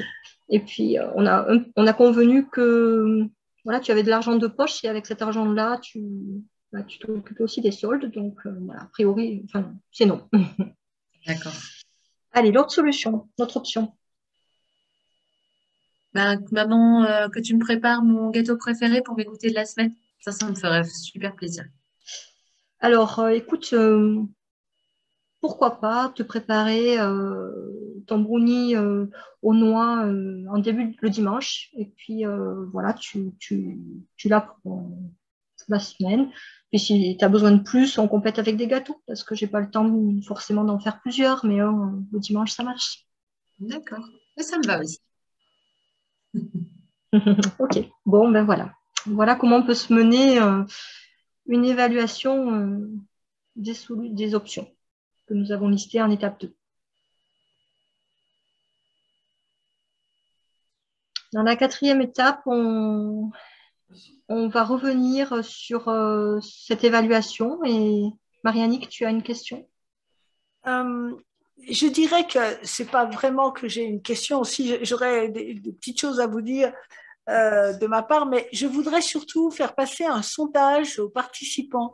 Je ne sais pas si Hmm. c'est le moment, puisque il m'a semblé que c'était un virage, une nouvelle direction que vous étiez en train de prendre, ou voilà, une ouverture. Est-ce que ça serait possible de le faire maintenant ou voilà. Alors donc je le mets. C'est un petit sondage qui va vous prendre 30 secondes et qui pour nous est extrêmement important et qui va concerner le nombre de personnes qui partageaient cette soirée et avec qui vous êtes. Alors, c'est aussi une petite expérience dans le cours d'une visio, puisque vous savez que ce sont des éléments que l'on doit ramener au réap qui cherche à savoir qui bénéficie de ce genre de soirée. Autrement, par rapport à vos échanges, il y a aussi le problème du temps en famille. Et le conflit, le conflit sans perdant, c'est beaucoup d'attention et beaucoup de temps. Et ça, dans l'organisation d'une famille, quand tout le monde virevolte, et c'est c'est aussi certainement quelque chose auquel Gordon pense et auquel vous pensez dans le cadre des ateliers Gordon. Comment penser au temps de famille, comment prendre du temps, certes en avoir peu, mais le rendre efficace, instaurer des rituels. Je ne sais pas, Stéphanie, ce qui se passe pour vous avec ce genre de remarques.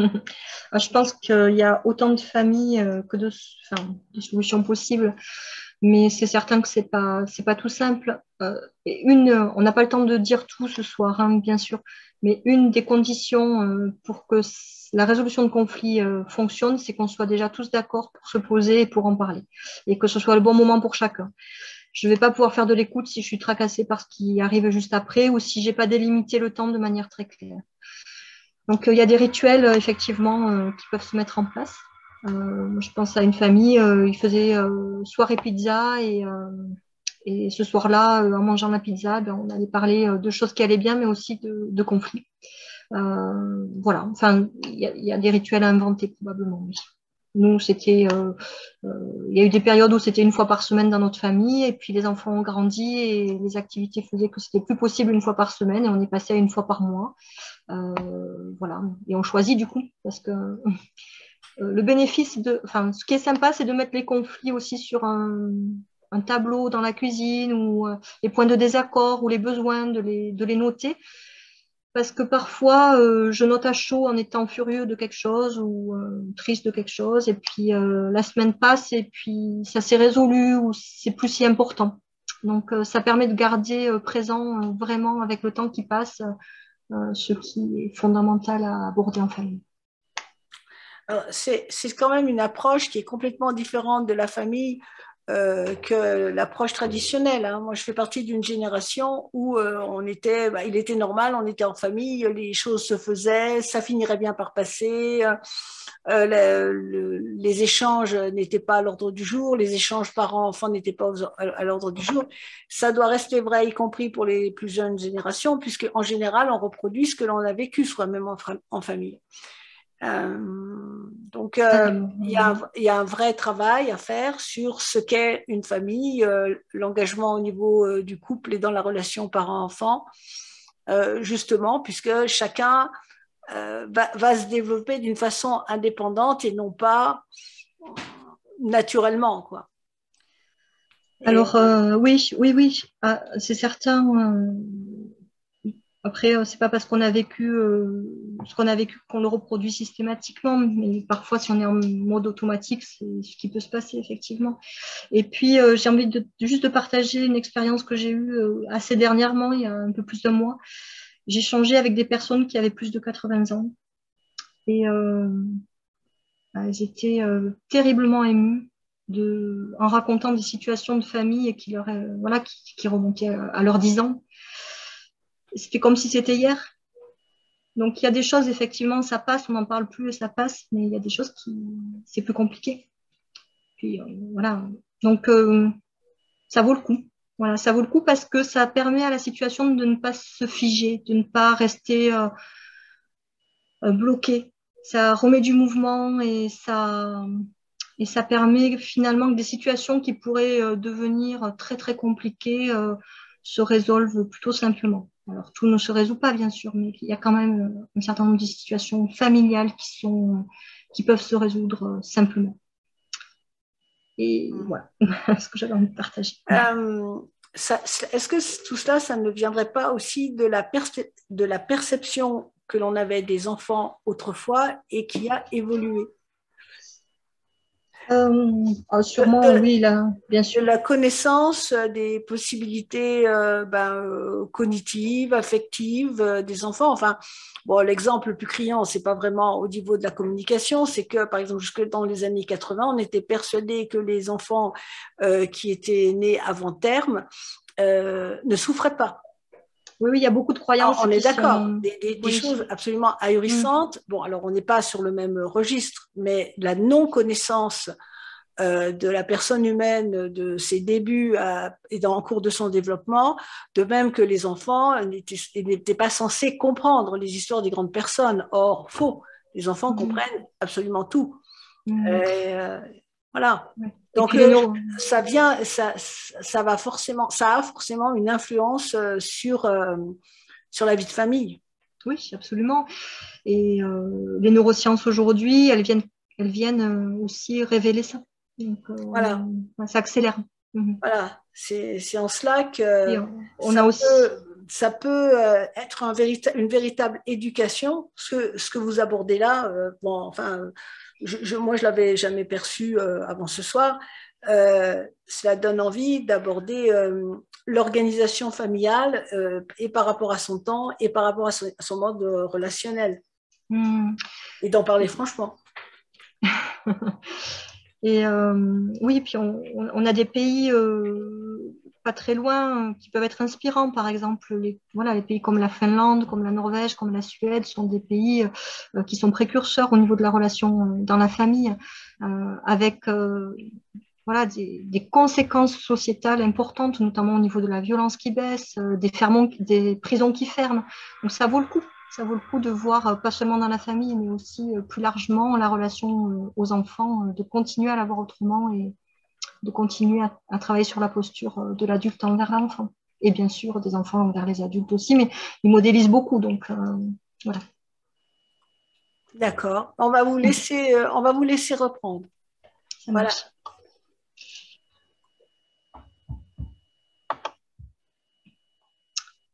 Donc, nous en étions à la 4e étape de la résolution de conflits de besoins gagnant-gagnant, avec le choix de là ou les solutions les plus acceptables pour nous dans notre famille.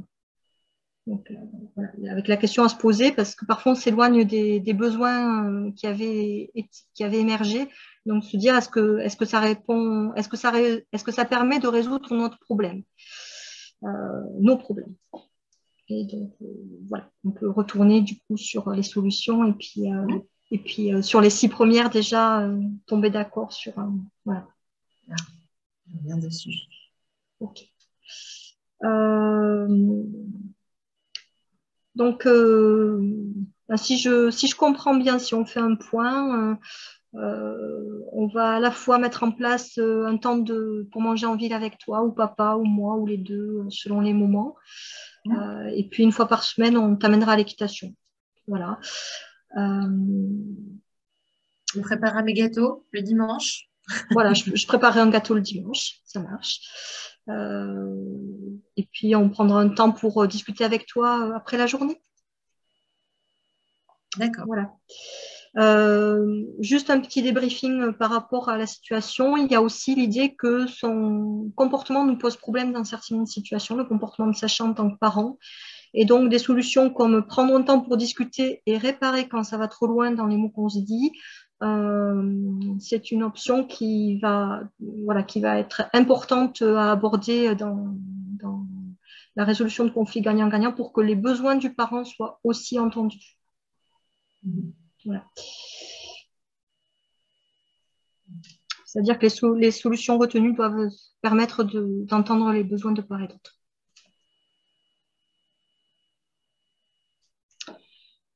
Puis, 5e étape, on va débriefer l'organisation pratico-pratique de la mise en place de ces décisions, pour pas que ce soit saboté par des détails d'organisation auxquels nous n'aurions pas pensé. Donc, les questions qui, quoi, comment sont importantes. À la question, par exemple, de justement s'organiser pour discuter ensemble tous les soirs. Voilà, on peut revenir sur les solutions et puis voilà, voir comment ça se passe sur quelques-unes. Donc, par exemple, pour se mettre d'accord pour manger une fois par mois juste avec toi en ville, est-ce que tu serais d'accord de repérer quelques dates qui tiraient bien, plusieurs, je sais pas, 4, 5, 6 dans le mois, et puis de nous envoyer un petit tableau à papa et à moi, et on se positionne par rapport à tes propositions. Et je pourrais choisir l'endroit aussi? Tu peux proposer l'endroit, et puis on voit avec le budget, en fonction du budget. Voilà. Et, voilà. Tu peux proposer les endroits et les dates. Et puis nous, on te fait un retour par rapport à ce que tu proposes, si, voilà, si c'est bon pour nous pour l'endroit et quand nous sommes disponibles. Et D'accord. puis on tombe d'accord. Et pour le gâteau, par exemple, on s'organise comment?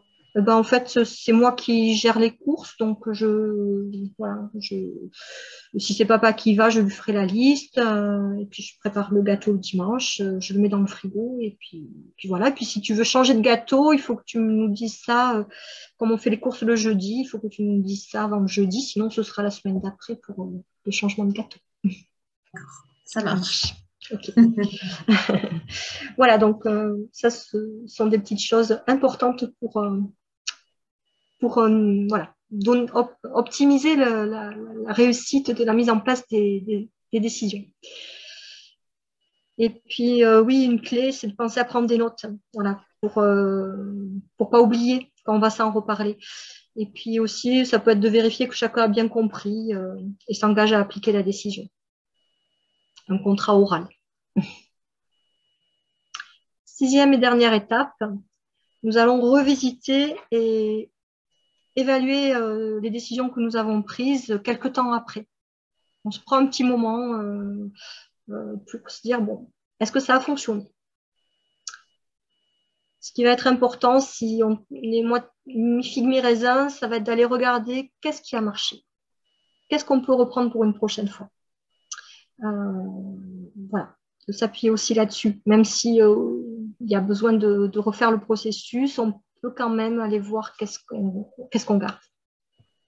Et puis, ce qui est important aussi, c'est que, comme on est dans la vie, parfois, en mettant tout ça en place, on se rend compte que ça nécessite des révisions parce que voilà, on avait oublié qu'il y avait des imprévus ou on avait oublié qu'il y avait des besoins qui étaient importants aussi. Et donc, on va s'en reparler et c'est OK qu'il y ait des révisions dès lors qu'elles sont mutuellement acceptées. Voilà. C'est OK que ça soit mouvant. C'est pas parce qu'on a dit ça qu'il faut s'y tenir, mais simplement que voilà. Voilà, d'accepter ça à partir du moment que tout le monde est OK avec ça. Que ça ne vient pas poser problème avec des besoins, de nouveaux besoins qui ne seraient pas entendus. OK. Et on peut revenir pour une petite révision du point de vue de l'enfant. Je ne sais pas si on a le temps. Bon. Est-ce qu'on prend le temps, Marianne? Tu vas nous dire ce que tu en penses. On voulait vous proposer une petite situation du point de vue de l'enfant. Peut-être pas. À vrai dire, on va peut-être voir si on pourrait peut-être, avec les personnes qui sont là, échanger sur leur ressenti par rapport à ce que vous avez déjà dit. Tout à fait. Donc, peut-être que j'aimerais leur laisser la parole, effectivement. Vous avez accès à vos micros. Vous pouvez décocher vos micros et éventuellement intervenir en cette fin. Peut-être qu'on relancera la suite, mais je pense que c'est important que les gens se positionnent par rapport à leur ressenti de ce que vous avez pu exprimer, ou tout simplement dire que ça leur paraît difficile pour le moment, ou voilà. Hein, j'aimerais bien que l'on ait un retour des participations, des gens qui ont vraiment participé, et certains, je sais, nous ont quittés parce que peut-être que l'horaire était peut-être pas si extraordinaire que ça, et j'aurais peut-être pu poser la question aux personnes présentes pour savoir si le 19h pouvait être un problème pour elles. Donc, Clémence a une question. Alors, je vais la lire, cette question. Elle souhaiterait revoir la 5e étape de la résolution du conflit. Et Clémence nous dit que les exemples sont super bien choisis et que l'ensemble de la présentation est très clair. Merci, voilà. Clémence. Je pense que c'est notre Clémence je pense. de la cité scolaire. Voilà. Donc, Clémence, elles vont te répondre. Allez-y. Alors, j'ai remis la diapo pour la 5e. C'est celle-ci? Oui. J'imagine que Clémence voulait revoir l'organisation. Alors, est-ce que Clémence... Ah, Clémence, Euh, est-ce que tu nous entends, Clémence? Tu peux nous poser la question directement? oui, oui, c'est bien ça, je voulais revoir. Établir le moyen d'appliquer la décision. Ah oui, d'accord, ok. J'ai dû être absente pendant un petit moment, du coup. Il n'y a pas de problème. Alors, ce n'est pas Clémence de la cité scolaire. Non, du tout. Non, non. Voilà, j'ai pas reconnu la voix. Oui, oui, c'est Clémence de Savoie. Oui, c'est ça. Clémence de Savoie. C'est que je fais un atelier de parentalité avec Stéphanie. Et du coup, hier, elle nous Ah, a bah, proposé formidable. Merci beaucoup, en tout cas. Est-ce qu'il y a des questions? J'ai aussi envie de dire que, alors, il y avait vraiment le désir de partager un maximum de choses en lien avec cette approche en peu de temps. Que le niveau 1, c'est 4 journées entières ou 8 demi-journées. Voilà, et le niveau 2 qui est pour mobiliser les outils de gestion de conflit, c'est 1 semaine, c'est 7 jours, donc c'est normal que voilà, tout ne soit pas clair et que tout ne soit pas dit non plus ce soir. Oui, oui, mais tout à fait. Mais après, on va avoir les ateliers qui vont permettre justement de continuer, hein, de reprendre tous ces concepts qui sont effectivement assez difficiles. D'ailleurs, j'en profite pour parler des ateliers Ouais. qui vont être proposés le 9 avril et le 22 mai, pour lesquels on va bien sûr vous envoyer un lien d'inscription. Et c'est vrai que ces ateliers, on peut essayer, on va aussi voir sur un plan technique si on pourrait les faire en visio, c'est-à-dire avoir des personnes en visio et des personnes en présentiel. Alors, je ne sais pas ce que Stéphanie en pense, parce que c'est une conversation qui date de cet après-midi, mais il faut être quand même réaliste. Bourg-Saint-Maurice, c'est quand même un peu loin. Et on voudrait surtout pas rater l'occasion d'initier un maximum de monde à cette approche.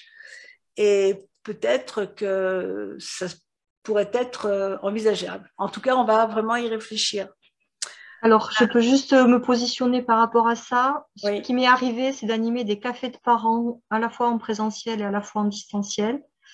C'est une vraie difficulté pour moi d'être présent aux personnes qui sont en distanciel et en même temps aux personnes qui sont en présentiel. Mais il y avait la présence d'une personne qui restait en connexion avec les personnes en distanciel. Et du coup, ça se fait. Ça se fait, mais c'est important qu'il y ait quelqu'un qui reste devant l'écran, peut-être pour les personnes en distanciel. Voilà, quelque chose comme ça. C'est-à-dire que ça serait une co-animation. Non, c'est pas vraiment une co-animation.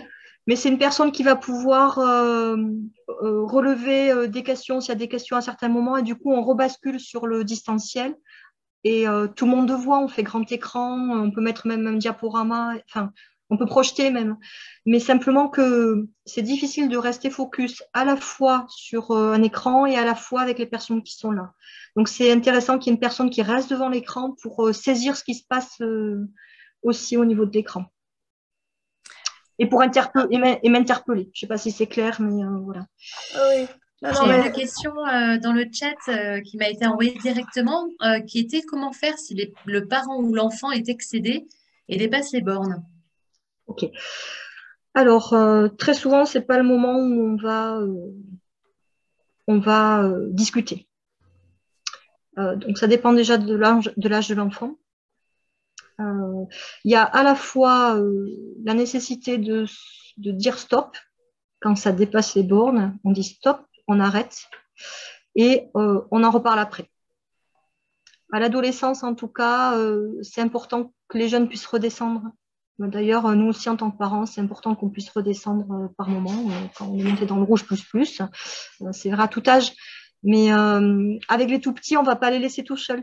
C'est-à-dire que même un comportement qui ne nous va pas, avec des coups de pied ou un enfant qui mord, un ado, il peut aller dans sa chambre, se poser, redescendre et après on en reparle. Un enfant tout petit, voilà, la théorie de l'attachement montre qu'il a besoin de nous pour redescendre. Donc ça ne veut pas dire qu'on va dire oui à tout ce qu'il fait, simplement à la fois on rétablit un rapprochement physique, psychologique, et à la fois on dit stop. Mais pour mettre en œuvre Gordon, après l'écoute active, ça va assez vite. On peut dire stop et on peut basculer en écoute active assez rapidement. Mais on ne va pas faire une résolution de conflit à chaud. Non. Alors, ce que j'aime aussi dans cette approche de Gordon, c'est une bonne réactivation, hein, parce que je ne lis pas tous les soirs, hein, vous en doutez bien, c'est la formulation nette de baisser la pression. C'est-à-dire, les émotions sont là, on ne les nie pas, on ne les met pas de côté, elles existent, elles nous submergent, il ne faut pas se laisser submerger, elles vont apparaître très régulièrement. Cette idée de faire baisser la température, faire baisser la tension, que ce soit pour les adultes, que ce soit pour les enfants. Et c'est vraiment souvent quelque chose que l'on perd de vue. J'ai aussi beaucoup apprécié parce que ça peut vraiment expliquer des situations familiales ou relationnelles qui se dégradent quand tu dis au début que les comportements donc correspondent sont des réponses à des besoins fondamentaux de chaque personne, que autant de comportements, autant d'appels au secours, autant de sonnettes d'alarme qui sont tirées, autant de demandes qu'on s'intéresse voilà, aux besoins fondamentaux de telle et telle personne, et que lorsque ces besoins ne sont pas entendus jour après jour, année après année, on peut avoir effectivement de véritables débordements d'émotions. Donc moi je pense typiquement aux ruptures familiales. Oui, ça, bien sûr. Et puis, ça met vraiment beaucoup de prévention, en fait. J'ai envie de compléter aussi avec ça, c'est-à-dire que hier, j'utilisais le conte du bambou chinois que vous connaissez peut-être, qui met, enfin voilà, on voit rien pendant longtemps, on s'aime, on voit rien, on a l'impression que ça fait rien, et puis à un moment donné, on se rend compte que bah si, il se passe quelque chose. Et cette écoute, cette empathie que nous pouvons donner à nos enfants, ça ne veut pas dire qu'on dit oui à tout. Et parfois, au départ, ça donne un peu l'impression que c'est un peu la même chose, mais non, c'est vraiment différent. À la fois, on peut être très confrontant, donner des responsabilités aux jeunes et en même temps écouter. C'est-à-dire que cette empathie, les neurosciences montrent que ça permet d'établir des connexions à la fois entre notre cerveau, notre néocortex, et à la fois le système émotionnel. Et chaque fois qu'on fait de l'empathie, on permet des connexions. Et d'autant plus qu'on fait ça avec des enfants jeunes, ça veut dire que plus ils vont grandir et plus ils auront les ressources par eux-mêmes pour s'autoréguler face à des situations de stress, même maximum. Donc ça, c'est un vrai message d'espoir aussi voilà, pour les parents. Même si on ne le voit pas, il se passe beaucoup, beaucoup de choses dans le cerveau de nos enfants, chaque fois qu'on fait de l'écoute. Bien. Écoutez, je trouve, j'aimerais quand même vous laisser. J'espère qu'on a encore du monde qui nous écoute. On a encore 20, on a encore 20. Il y a Sébastien qui nous dit bonsoir, merci à toutes les trois, alors vous surtout, hein, pour cette conférence très claire. Nous avons découvert Thomas Gordon. Ah, chic. Et donc Séverine qui rappelle, j'avais lu Parents efficaces, moi je suis sûre que c'était moi qui lui avais dit, et je pense avoir une bonne communication avec mes enfants, mais la conférence fait du bien, car cela rappelle qu'il faut se poser, voilà le problème du temps, ne pas se laisser submerger par ses émotions, tiens, ou la colère parfois, et prendre le temps d'avoir cette écoute active et cette résolution de problèmes gagnant-gagnant. Merci de me l'avoir rappelé. Voilà. Ça fait du bien de se le rappeler. C'est ce que je disais à Stéphanie quand nous avons préparé justement cette conférence. J'avais des petits blancs de temps en temps parce que je ne pouvais pas faire autrement et je me redisais oui, c'est vrai, oui, il faudrait que je mette ça en place. Et je me rendais compte que je ne lui répondais pas spontanément parce qu'il y avait des choses qui venaient très naturellement, qui sont finalement… qui sont des automatismes. Et c'est des automatismes, voilà, c'est ça. Et tout d'un coup, se dire, mince, là, j'ai fait ça. Ah bah oui, je comprends pourquoi ça n'a pas fonctionné obligatoirement. Mais c'est bien cette remise en question. Je trouve que ça fait du bien. Ce qui est bien aussi, c'est que quand on apprend à se remettre en question et qu'on le dit à ses enfants, moi, il m'est eu arrivé, alors pas tout de suite, hein, pas tout le temps, hein, de m'excuser. Et moi, je le fais aussi. Oui, tu vois, toi, quelque chose tu es qui plus jeune vient et de... tu l'as fait certainement plus tôt. Moi, j'ai mis, enfin voilà, cette conscience-là, elle est venue graduellement au fil des années de m'excuser et de m'expliquer et d'être dans le message. Je n'ai pas pu faire autrement, je n'ai pas su faire autrement, etc. Et là, on se rend compte que même des enfants, des ados relativement jeunes, relativement rebelles ou difficiles, ils vont vous accueillir dans la sincérité et l'authenticité. Oui, et puis c'est d'y croire aussi. C'est-à-dire que parfois, nous révélons en tant que parents, nous disons qu'est-ce que ça nous fait, mais nous ne croyons pas vraiment que ça va avoir un impact chez l'autre. On a besoin aussi d'être rassurant en tant que parents que voilà, nos jeunes vont écouter. Et en fait, des fois, on sabote un peu vite. C'est dommage de laisser le temps de voir les effets. Voilà. Et s'il y a des changements, c'est important de les voir, de l'indiquer aussi. Parce que c'est toujours de l'énergie, de se remettre en cause. Et, il faut un peu d'humilité. C'est pas si simple. Voilà. Donc, pour les jeunes, c'est un peu la même chose. Quand vos parents vous énervent, il n'y a peut-être pas de jeunes ce soir, je sais pas. Mais voilà, le parent s'excuse ou fait autrement en tenant compte de ce que vous avez pu dire, ben, c'est important de le voir. Mm.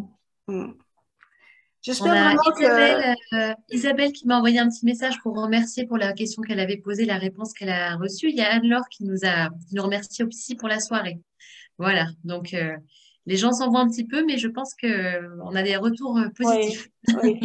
Alors, par rapport aux ateliers, je pense que enfin, j'espère vraiment que les ateliers vont marcher, c'est-à-dire que les gens vont avoir envie. Donc, on va faire en sorte que la communication soit la bonne et qu'elle soit accueillante. Euh, et de façon à ce qu'on soit dans le concret de sa situation de parent ou sa situation d'être humain. Peut-être que, comme il y a beaucoup de situations qui sont transposables, peut-être qu'on pourra ouvrir sur des situations de couple ou de relations parents-enfants adultes, à l'âge adulte. On peut aussi, par rapport à, je dirais, au passif des familles, je pense qu'il y a beaucoup de passifs de famille entre des jeunes adultes et leurs parents par rapport à des modes relationnels qui n'ont pas été dans le messager, qui n'ont pas été dans l'écoute active parce que bon, voilà, le temps ne s'y prêtait pas ou les expositions à ce genre de choses n'étaient pas venues et, et qui peuvent effectivement donner lieu à des difficultés familiales. Alors, peut-être que si ces situations se présentent, ben, on pourra les accueillir dans le cadre de ces ateliers. Je ne sais pas si c'est possible, mais peut-être ce serait de faire d'envoyer, que ce soit après, bien sûr, enfin, pas garder après les ateliers, mais une fiche où les personnes pourraient mettre déjà les situations par écrit avant de venir à l'atelier. Voilà. Alors, effectivement, c'est une bonne approche. Voilà, par exemple, typiquement, j'ai quelqu'un qui parle d'une méthode non saine. D'ailleurs, j'ai plusieurs exemples en tête, hein, de relations non saines où comment Gordon peut aider. Alors là, c'est vraiment un sujet intéressant à développer parce que des méthodes non saines, enfin des relations non saines, j'avoue que je ne sais pas si c'est le siècle qui veut ça, mais je trouve qu'il y en a beaucoup quand même. Hein, on en croise beaucoup. Et avec des conséquences importantes sur la santé des personnes qui sont confrontées à ça et sur les enfants. Donc, effectivement, comment donner des clés, comment donner une force pour permettre à des personnes qui se trouvent confrontées à cela avec des outils Gordon, en sachant que ça ne va pas être facile tous les jours, mais au moins avoir cette conscience-là. Alors, je me permets juste de vous repartager la page que Stéphanie avait préparée concernant une petite bibliographie justement Gordon, histoire juste de retrouver justement quelques titres, parce que je sais qu'on a souvent cette demande-là. Justement, par rapport à la relation parent-enfant, hein, Stéphanie, tu m'arrêtes si je dis des bêtises, la communication familiale, il y avait 3 titres, parents efficaces au quotidien, éduquer sans punir. mais également justement au sein des entreprises. On parlait de personnes de relations qui n'étaient pas saines. On sait bien que dans les entreprises aussi, ça arrive et Gordon a écrit un livre qui s'appelle Leader efficace. Et de même, dans l'enseignement, la communication dans les écoles, il y a enseignant efficace également. Voilà, je ne sais plus s'il n'est pas en rupture de stock enseignant efficace, mais bon. Ça se retrouve les livres d'occasion. Il y a Ouais, des très bons sites de livres d'occasion.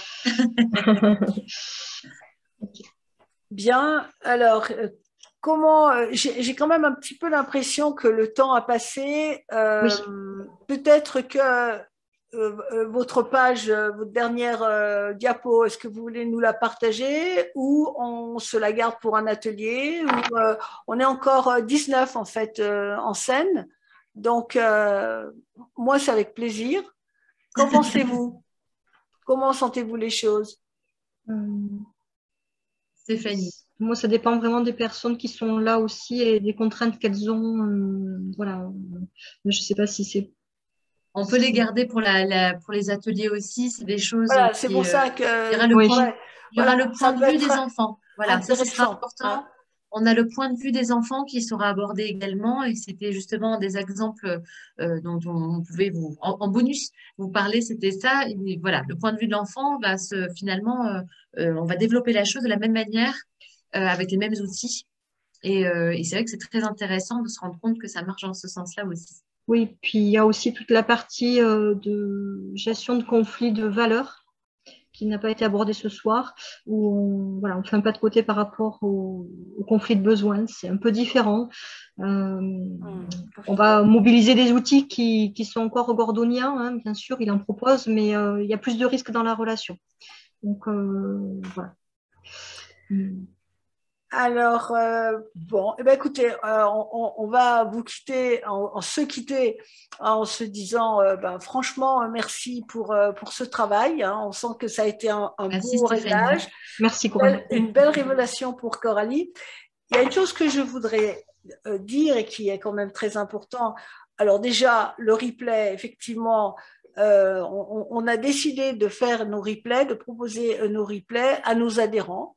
Et puis, pour les autres personnes qui souhaitent des replays, de proposer une petite partie, on leur propose une petite participation financière de 3 €. Hein. Et là, vous pouvez éventuellement, vous pouvez adhérer en ligne, hein, si vous êtes intéressé. Ce que je voudrais dire, c'est l'échange qu'on a eu avec Coralie juste avant, c'est parler du fil rouge de notre réflexion, hein, qui est constitué désormais du lien d'attachement, sur lequel on a quand même beaucoup travaillé, sur lequel on continuera à travailler. Donc, le lien d'attachement, pour mémoire, qui conditionne la construction psycho-identitaire et notre relation aux autres. Et deuxième fil rouge, hein, l'exploration de la communication, qui permet d'affirmer notre positionnement et d'exprimer notre relation aux autres. Là, on exprime, hein, tout cela. Et alors, on va continuer à dérouler nos 2 fils rouges mêlés avec Sonia Pujazon le 27 septembre pour les comportements difficiles de l'enfant et de l'adolescent, et lors de la table ronde du 6 novembre à Bourg-Saint-Maurice, en salle chorus, mais en replay, pour parentalité et engagement sportif et artistique des jeunes. Et là, on aura Thibaut Delaunay, qui est un collègue de Stéphanie, qui est formateur Gordon, qui sera l'un de nos invités. Et outre le fait qu'il est formateur Gordon, il est psychologue du sport, il est professeur de sport, jeunesse et sport, et il est ancien athlète de haut niveau en kayak ou en canoë-kayak. Je ne sais pas lequel des deux bateaux, mais l'un des 2 bateaux. Bref, et son éclairage sera extrêmement précieux pour aborder l'aspect de la parentalité et engagement sportif et artistique des jeunes. Et ce sera la première fois qu'on abordera ce sujet en Savoie. Donc, voilà, le travail va continuer et impulsé par Stéphanie. On vous remercie beaucoup. On a même un petit au revoir de la part de Alex Hamilton, Auckland, New Zealand. Et on dit au revoir à tout le monde. Bonne soirée. Au revoir à tout le monde et puis merci beaucoup. Merci Stéphanie. Bonsoir Merci à pour tous. Merci à vous. votre Merci à travail. tous de nous avoir suivis pour cette soirée. Voilà. Au revoir. Au revoir. Au revoir.